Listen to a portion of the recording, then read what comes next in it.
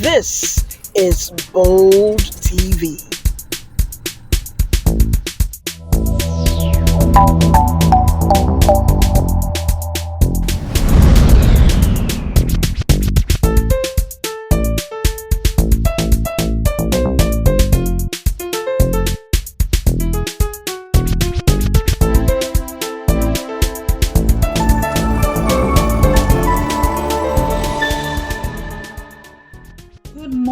Beautiful people out there. It's another Saturday morning. I hope it's not raining where you are and the weather, you have fine weather to enjoy your weekend.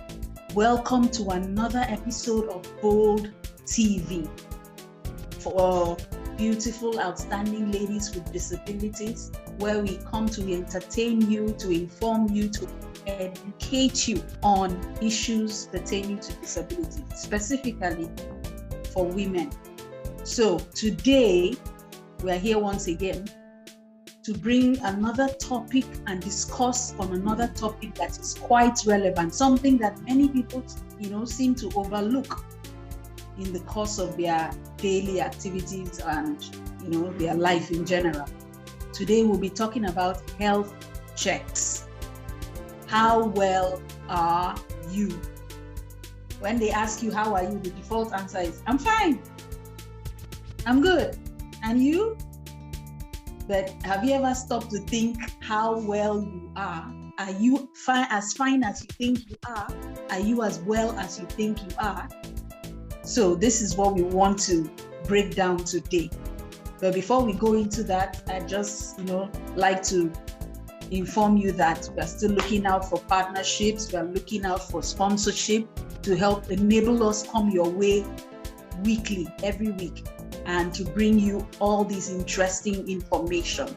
So today I have three of my fellow co-hosts with me, who will be helping me dissect this topic. And for their sake, I hope they are well. And before we begin, I would like to give them the opportunity to introduce themselves. By the end of this program, we will know who is well and who is not. So, over to you, my partners in this mission. All right, Osaki, I'll start with you. Please introduce yourself. Are you well? I am well. At the end of the day, I will know if I'm well, but I think for now I'm well. I'm Osaki Teresa George. I reside in Port Harcourt, Rivers State, work with Fair Care Foundation, member of Bold Heart Initiative, Polio Warrior. I'm so glad to be here. Thank you. Welcome, Osaki. All right, let's move on. Freki, how well are you? I'm well now. I have divine health.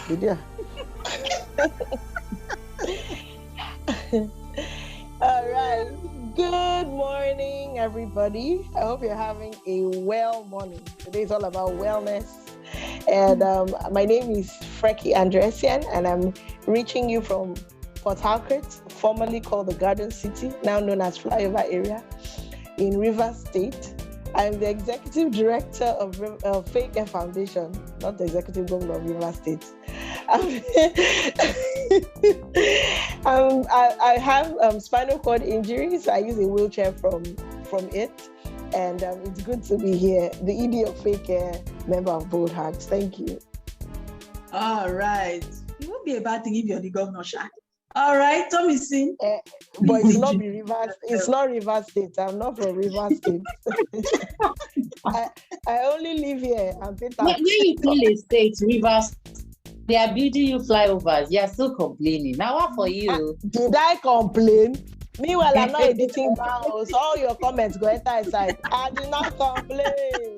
We just have more flyovers than gardens. Okay, now.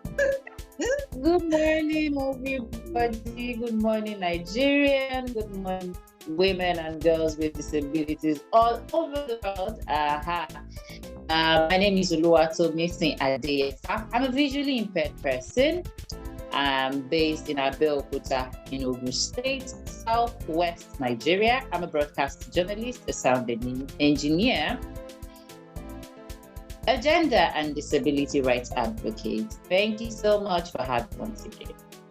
And her latest qualifications a mama to a very fine babe.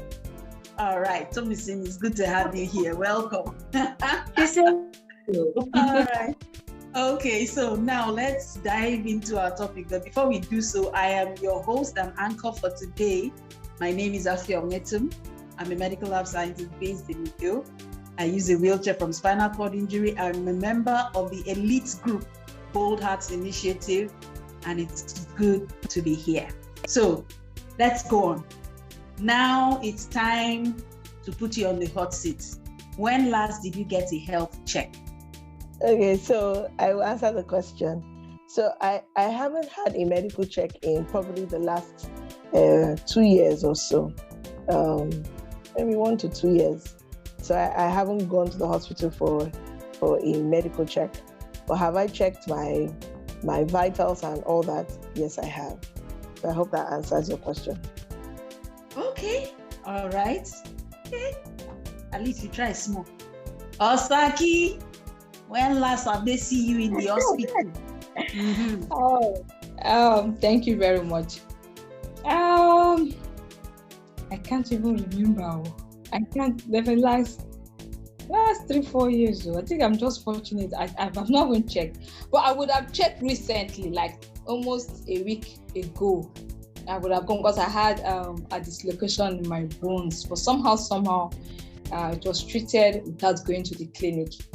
It was done locally. But I called my doctor friend and explained what had happened, and there was kind of a prescription and attention from the screen. So I won't really call that a round real medical check-up. Maybe something close to it. Thank you. Okay, Osaki, what you went for was treatment, not check-up. I think I need to lay a foundation about it so that people out there will know what we mean by a health check. When I ask about getting a health check, I'm not saying, that's, what you do when you go into the hospital when you have a problem.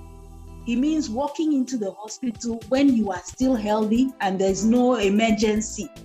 And you go there and say, okay, please, I want to know what's happening in my body. I want to be sure everything is okay. And you go and check, maybe like, for example, your BP, blood sugar, those kind of things. That is what I mean by a health check. It's a checkup. You're not waiting until you hear one funny sound in your engine, or you hear that something is not moving well, then you now go. It is when everything is okay, and you just say, let me go and check and make sure that everything is in place. That's what a health check means. So Tomisin has, I think she's been thrown out by network. I'm sure she'll be back. For me, I went to the hospital recently for a checkup on an existing condition, but I've not, the last time I had I just did a general check was in, I think June, yes, I think in June, I just, sent my sample in. And that's because I work in a profession, in a field where that is readily accessible and, it's become a habit. So I can't work in the lab and I won't be checking myself. It doesn't happen. That's like soap in your eyes inside stream. It's not happening. So now let's move on. Now that I've established that some people have not been checking and they will answer their query later, let's move on. So I want to know, why are health checks necessary? Some people feel that, why do I need to go to hospital when nothing is wrong with me? Or I will go and they will find something. So why are health checks necessary, especially for women with disabilities? Frankie. Okay, thank you very much. So health checks are necessary because as a person with disability, number one, it's possible to have underlying health conditions that can progress maybe with time that you do not know. Health checks also help you to check your health status, especially with respect to your vital signs, so that you can be more on the preventive side than the curative side. A lot of persons are focused on treatments and cures, but there is an aspect, in fact, that's what public health is, which is preventive medicine. And you can only prevent if you know. And a lot of times you can prevent when you do those, health checks.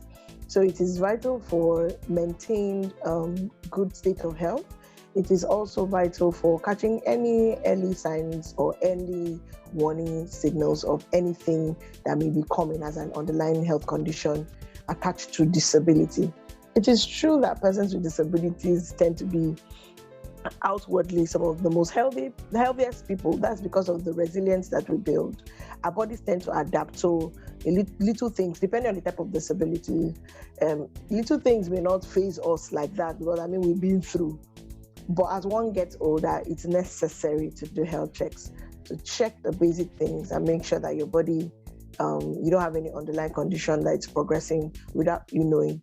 Just to mention that, a lot of times we think that acute illnesses are the only type of illnesses.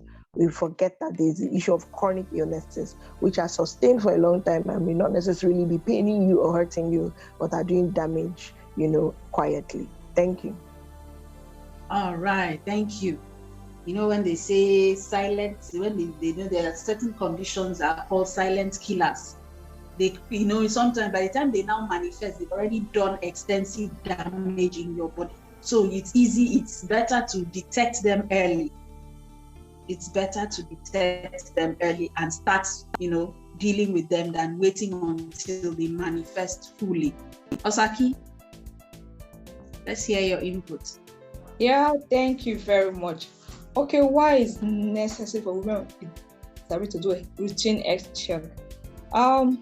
I would say it's one, if you have a doctor, although I don't have, but some persons have their family doctor, so that it's easier for him to identify whatever potential health problems. Since he has your record, he knows how far the person is progressing, when to do a particular activity or when not. I remember the last time, that was years back before now, that I think I did an health check, but I was advised then to do like a therapy, kind of massage on my bones, because after a while, that's when I had this last incident. It was not new, but just that I've overlooked it for a very long time. So it's something I would have been doing before now, to like check my body, my bones, and do massage with some kind of therapy that I would have been doing, like maybe annually, so that when occasion of this happens, I will not have a severe pain. So it helps your doctor to help the person identify any kind of potential health issues, and also identify health risks and understand the current state of the person's health. So it helps in reducing developing more issues, like what Frankie said, that there are underlying issues that you don't know, but if you can check them on time, it will reduce that emergency that we all never want to experience. Thank you. All right. So, one thing with health checks is that there's a history that builds up over time. You're able to create a history that can be used to help you in the time of emergency. Because if you regularly, conduct health checks on yourself, there's a foundation to build on. When an emergency now comes up, it's easy for, any medical personnel to refer to that history and help you. Like we've said, number one, early detection, especially for those who have mobility, have mobility issues, impairment, physical impairment. It can be difficult, especially if you have to be, like, for example, for those of us who use a wheelchair and are seated for long periods, they will tell you, you need to, do some movement, get some movement in there, because number one, your joints can become stiff. Number two, you might develop a blood clot can form because the circulation will be impaired. A blood clot can form, and so some of these things are information you get by the time you consult with a medical personnel. You go and get information. You go there and ask them to check vital, like Becky mentioned, vitals, blood pressure, blood sugar, things, different areas. We'll come to that. We'll talk about the different areas you can focus on when you go for a health check, so that you make sure that there are some key areas you need to, pay attention to. Okay, so thank you so much for your input, ladies. And for women with disabilities, like Frankie said, it's easy to say, oh, this is nothing. But please do yourself a favor. Usually getting a health check is cheaper than actually treating a condition, because if you detect it early, you will be able to do, maybe you might not need any major treatment. It might be something that may be a lifestyle change, something you can easily do that can help you, rather than waiting until when it now manifests fully and you have to spend so much. So people will say, I beg, instead of why am I wasting money? People consider it a waste of money or a waste of time or whatever. So what are some challenges that women with disabilities face when it comes to getting health checks? What are the challenges they face, Osaki? Okay, thank you very much.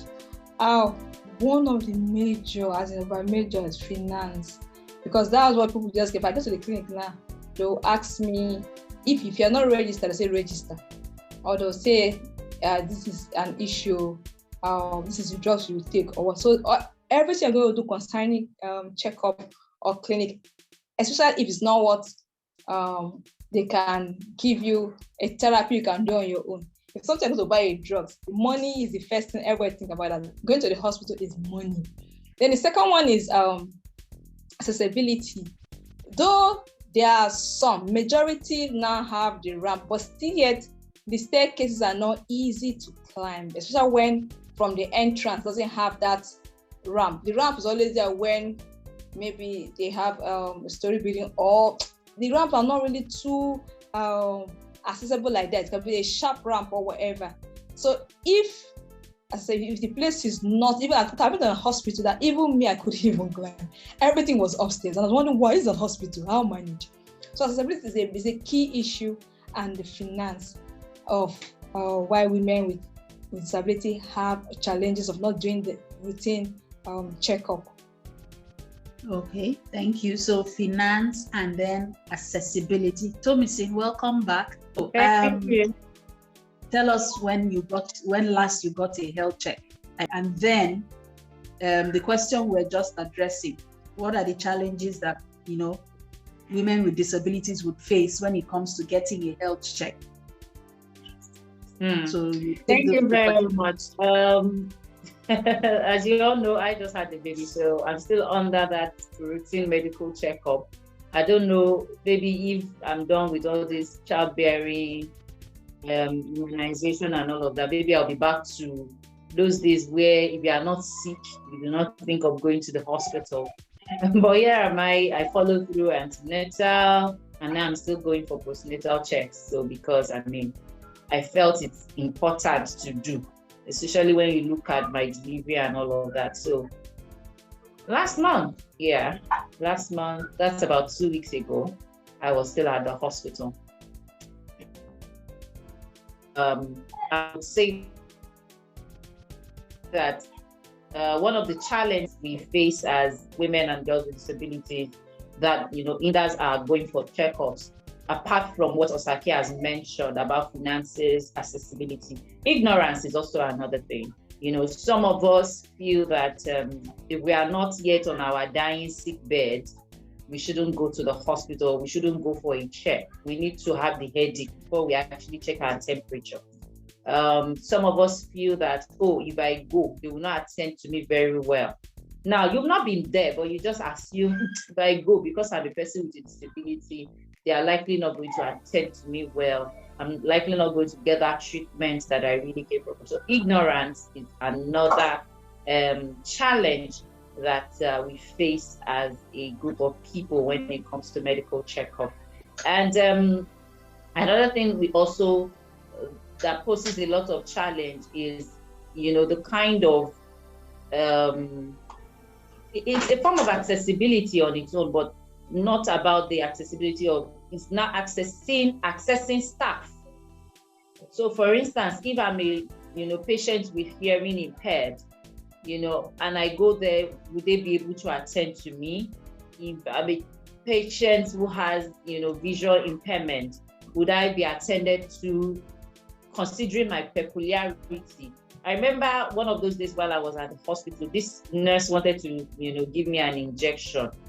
And she didn't say anything. She just came, grabbed my arm, and was about, inserting a needle. And I was like, what's that? What do you want to do? At least you should tell me what you want to do.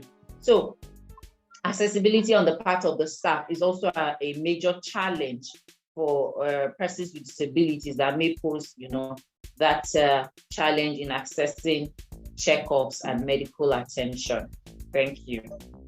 All right. You really brought up some key issues. Saki talked about finances and then, structural barriers. You've brought up the issue of ignorance. Many people don't understand and don't know why they need to. I believe that when we had tackled the second question, we're able to shed more light on, reasons why you should get a health check. And then you talked about the system inadequacies. When you talked about the health system, in many places, staff are not trained on how to deal with persons with disability. And more often than not, they tend to, the experiences that persons with disability have in, the hospital often turns them away and keeps them from going back. Okay, Frecky, you want to add to that? Of course I do. It's my area. So some of the barriers that persons with disabilities face with accessing healthcare. Let me still talk about point-to-point service delivery. So there is an issue within our hospital systems where you do not receive your healthcare service in one position. You tend to need to roam around from point to point. So accessibility at different service delivery points is a major issue. Another one is patient-doctor waiting time. It is true that the law says that persons with disabilities should not wait on queues. And one of the awareness that has been created is off-queue attendance to persons with disabilities in different public services areas. So that patient-doctor waiting time, wow, it can be a nightmare where you wait and wait and wait and wait. Another one that I've seen that is a major healthcare barrier is what they call it negative or reconstructed attitudes. A person with disability comes to the hospital for an entirely different thing that has nothing to do with disability. And then you find the healthcare professional overly focused on the disability when they have no connection. And what that happens a lot of times is that they now miss on what brought the person to the hospital. So we've seen that happen a lot of times as a barrier to that person accessing healthcare. A clear instance of, for example, is when a woman with disability is going for delivery or antenatal. Will now leave the main issue, which is that baby where they grew, and now be like, how she take do because she's on top of wheelchair. How you take money? I did. So it's good though, but you must not forget why the person came to the hospital. And if I must add one very, very, very last one, when it comes to barriers of healthcare, is the thought that persons with disabilities feel that disability is already a health burden. So there is a great fear and concern to add any other extra thing. I know that I personally have had that kind of concern. Thank you. Hey, wow. That last point, Frecky, reminded me of one of my gynecologists now. We got to her, and in the process of asking me how was I feeling, she just came up with, when did this start? And I was like, when did what start? So my husband was there, she was pointing to my eyes, and my husband was like, ask her. And she was like, oh, I mean your eyes. I said, when did this start? And then it threw me a lot of unbalance because I was there complaining about the pain I was having, and I was really concerned. You didn't even wait to diffuse my tension or diffuse my pain at that particular time. And then the next important thing to you, probably you are trying to come up with your own write-ups and all. And then you just say, when did it start? So it's a very common thing among health personnel. Immediately they see you with disability. Maybe they are trying to understand you. I don't know. Maybe Frecky will tell us what they do with such questions, since it's a So if I'm going to answer you, diagnosis. Yes, so basically I understand what that is. Avio can also attest to that. There's something called history taking when they are doing clacking. So it's part of the history taking. But why I brought up that point is because you don't take away from that person's current concern. and then overly focus on the disability that it deserves on that person's radar. That's what I'm saying. Where those two conflict, it now becomes a problem. History taking is part of it. So medical history taking. So that's what they find out. But you will not know what is that existing issue and now be about that, especially when they are not related. All right. I think for that particular medical personnel, it was curiosity. She was looking for gist to go and share. This blind woman is coming. How did she even do the thing? But let's leave that side. She should have been more sensitive. Yes, now let's see this thing. People think medical personnel, they used to be clinically detached. They like gist. So anyway, you ladies have really shared very, salient points. And, like the last point that Frecky brought up about, extra burden. The thought of being an extra burden of illness and all that. So you're like, I beg, my wahala is too much. Is it only me? Why is it every time me? Is it only me that has problem? It's a real issue, and that's a mental health issue that needs to be dealt with, so that persons, regardless of your type of disability, if your own is every week one problem, you will know that it is not your fault, and that you deserve to get quality health care regardless of what's going on with you. So I'd just like to say that another issue of accessibility, I've experienced it, structural barriers. My current appointment that I usually have every month, unfortunately, the clinic I'm supposed to attend is upstairs.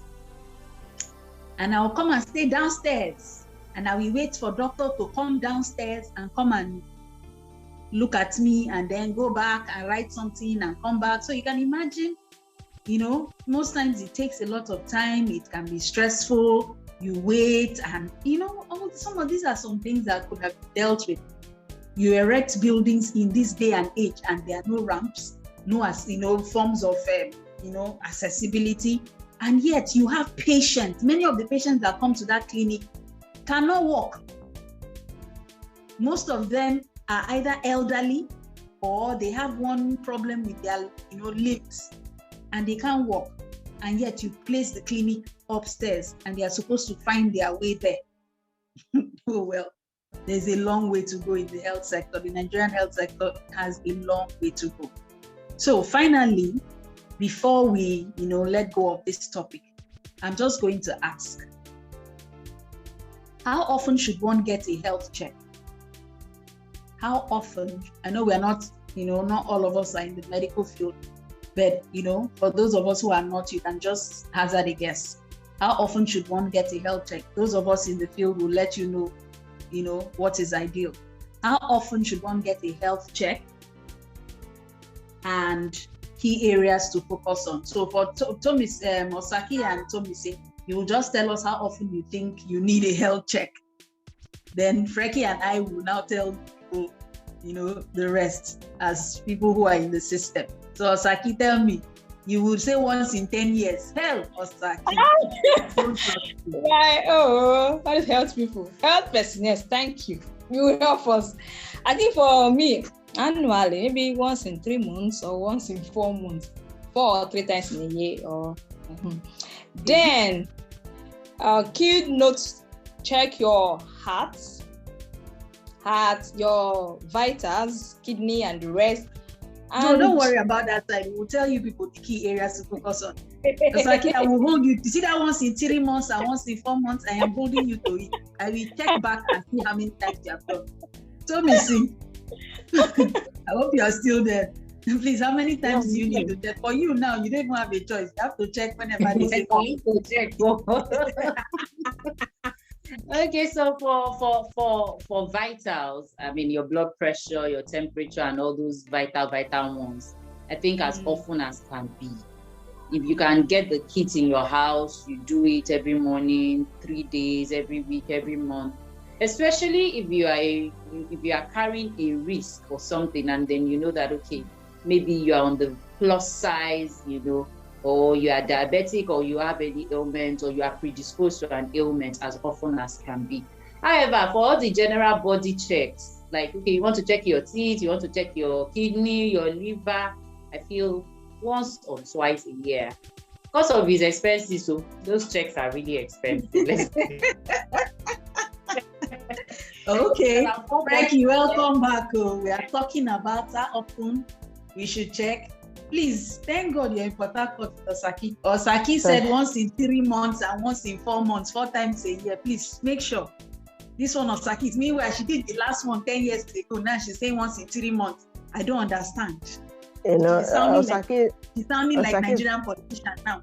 Exactly. I was about to say Osaki is sounding like a politician or government. Osaki, you're doing blue right now. It's not working. That knows how to that knows how to set policies, but they don't implement. No. What are you implementing? For what? It's not necessary. So she said, I think you are practicing what you are preaching, because politicians are preaching.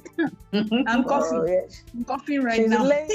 She's laying down the law without any plan, and she's not guilty. All of us are guilty about it.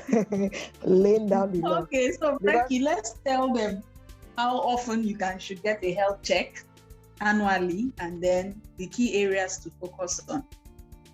Okay, so I'm going to do it so that when I'm saying it, I can also try to make a commitment to that.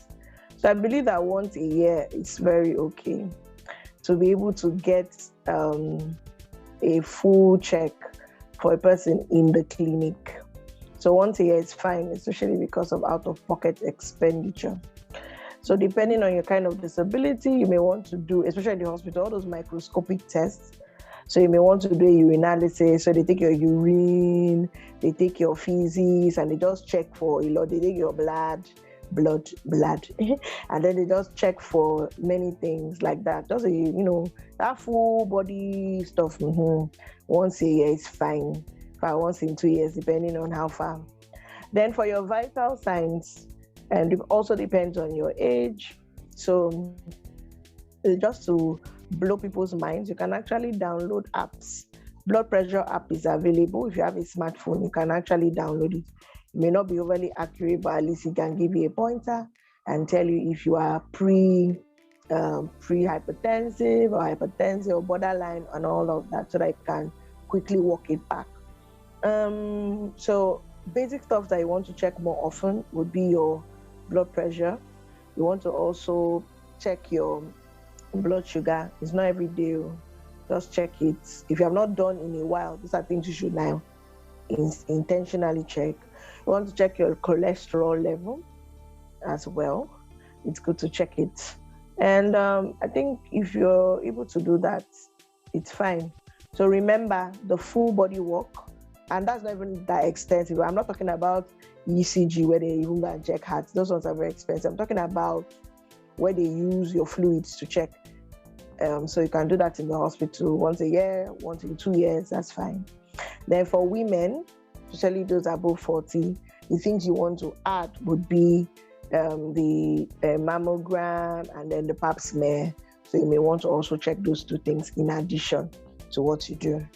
Something you can do daily or frequently for women is the breast self-examination. Maybe one day we'll focus on that and show you how to do it or explain how you can do a breast self-examination. So these are some things that you can do. Nothing much, but they can really be the difference between wahala and gbese. That's good. All right, you've really, gone into details about, what we need to do. The breast self-examination, I think probably maybe, I don't know, okay, when it's Cancer Month is coming up, so maybe when we get to that, we will now, it's October. When we get to that, we'll now probably schedule an episode to deal with that area, cancer, especially for women, all the types of cancer that are common in women and how to deal with it. So in addition to what you've said, like you said, once a year, if your health is okay, once a year is okay. If you can afford to do twice, there's nothing wrong. Then you check your blood sugar, especially as we're growing older, your body is slowing down. So the things that, when children can eat one bucket of ice cream and run around. Before you know it, it's gone. No wahala. They will eat, chew, leak sugar. They will do all manner. So their body is on fast forward. So the things are moving very fast, breaking down fast. But once you start getting older, everything slows down. So some of the things your body will be able to handle, it can no longer handle. So you need to pay close attention to detect if something is not functioning, a part of your body is not functioning as it should. So you check your blood sugar. When they take your blood in the hospital, they can check your blood sugar.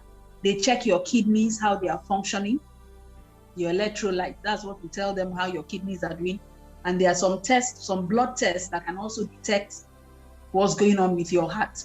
Another thing is that, if they listen to your, when you go to the hospital, vital signs, they hold your wrist, they are checking your heart rate. So if you find that your heart is always racing and, you're always finding it difficult to breathe or something, you need to get a health check to be sure that there's nothing wrong.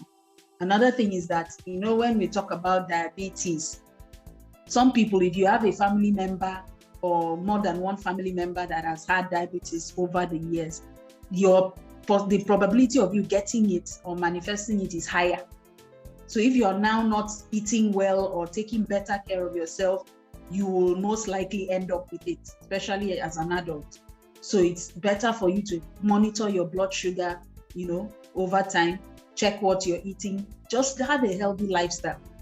Health checks, are just to make sure that everything is working well. The most important thing is checking your lifestyle to make sure that you are not endangering yourself through the food you eat, the things you drink, or, the activities you engage in.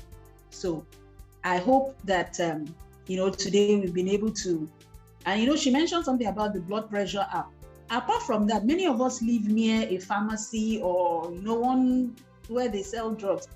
Most of these pharmacies now, in order to attract customers, most of them check blood pressure. At least I know I've checked my blood pressure at a pharmacy a few times. You go there, you want to buy something, you tell them, oh, can you help me check my blood pressure? And they will do it for you free. You don't have to pay for that. Some charge a very minimal fee. But so it's something you can, check often. You don't need to worry about, oh, how much will I pay? Or I have to go to hospital. So these are easy ways to make sure that, to ensure that your body is on point. And apart from that, I know we've talked the health check, we are focused on the body. Your mind is also important. So please, let's see how we can, keep ourselves sound in body and mind. So ladies, before we go, I'd like you to just, last words. What do you want to say to either the woman with disability out there about this, or to the government, considering some of the things some of the issues we've raised? So Saki, what do you want to say? Okay, thank you Just very much. One thing, say one thing to the woman with disability and one thing to the government, and let's, keep it short. Okay, to the woman with disability, I will say, don't ignore your body because it's very sensitive. Always have a check. Just try and study your body, like what you said earlier on. Just know when certain things is not working the usual way so that you don't have an emergency. Then to the government, health is not luxury. Like when it comes to things involving health, because like maybe things to use, if there could be subsidiary rates, at least it's not going to the hospital, because somehow we go more often at times. So I think there should be a subsidiary rate when it comes to healthcare medication. Thank you. All right, thank you so much. Okay, Tomisin, unmute yourself.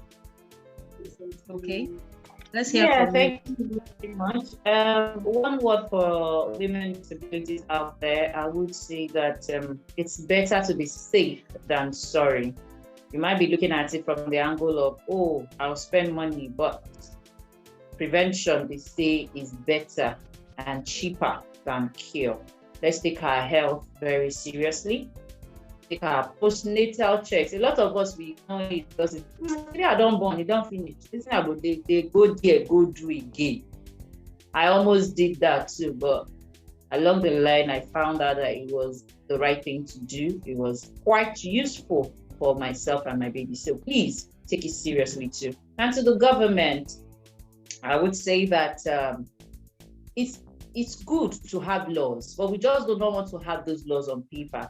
We want to have those laws functioning. Implementation of the Disability Act is it's non-negotiable. It's a very important thing to do. And to every other private individuals, organizations, owning hospitals, we do not want to wait for law enforcement before we do the right thing. A lot of us studied abroad. A lot of us practiced abroad. We know how these things work. So leadership by example. Thank you very much. All right. Thank you so much. Thank you for bringing that up. Okay. Thank you very much. So to the woman with disability, you are deserving of good health. So let's improve our health-seeking culture as women with disabilities. Understand that there are health concerns as for our gender. There are health concerns tied to disability. So when you bring the two together, there are further health concerns, and even as a human being. So let's improve our health-seeking behavior to be more of preventive than curative, and you deserve healthcare. To the government, we don't even know who government is again, but government. What I would just simply say is, you see all these shouts of, don't come out subsidy. One area that has to feel that your trillion that you saved is healthcare. Our health systems are in shambles. So it's not necessarily about adding 5K or dashing people 5K, but let it be true that systems will be improved, including our health systems, so that healthcare will become affordable, accessible, and reliable. In fact, quality as well. Those 4 things, including for persons with disabilities. But let me address another group. Health insurance schemes providers. I know, I understand that inside it, money must be made. But remember that when you want to provide health insurance for persons with disabilities, let's not be generic. Let's try to add things that are useful to persons with disabilities. Let me stop there. Thank you. Okay, health insurance, my sister. These are things that should be available, but it has become an elitist scheme where only a few have access and the majority are left to languish. But it was meant to reduce out-of-pocket payments and also, make healthcare affordable, especially to the disadvantaged. And I hope that, from what we've shared here today, I hope that those who are listening will be able to take from this and, to the woman with disability out there, getting a health check is not, something you can overlook. We don't need to shout about it. It's part of premium self-care. You care about yourself, get checked. Don't wait until something falls apart before you go to the hospital. Get checked. And then, for those who are in government or in positions of authority, to the hospital staff, please, when someone comes, you are there to help. Take a few minutes out. It doesn't take anything from you. See how you can assist as much as possible. And where you do not have adequate knowledge or, information, ask the person you are trying to help what you can do to help them better. You'll be surprised at what you would learn. And to the government, I'm begging you people, please, let's leave all this white paper matter. We write things on paper. We have so paper plenty, and yet we are not seeing it manifest on ground. Like the experience I shared, I've been a health professional for God knows how long, and yet I am still suffering from the same, problems that we are talking about here. You go to hospitals, buildings are not accessible. The system itself is not inclusive. It's built to support a certain, part of society. and the rest, well, as you can. So let's try as much as possible. All of us can work together to be able to build the kind of society that will make it easier for us to have better lives. Quality of life will improve.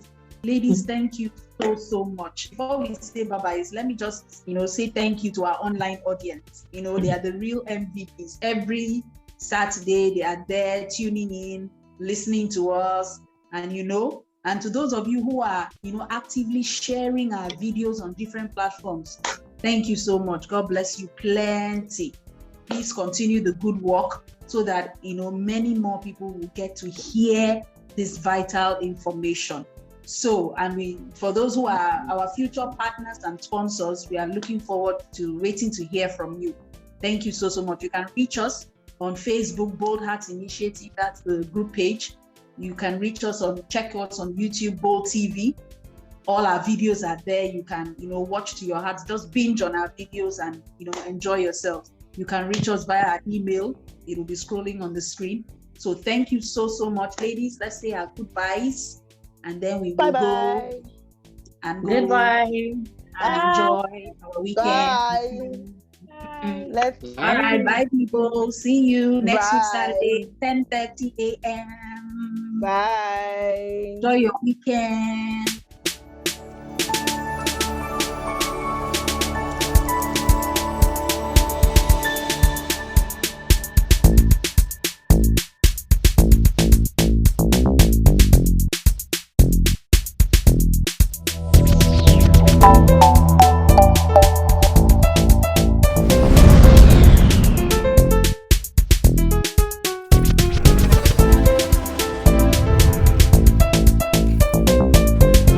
This is Bold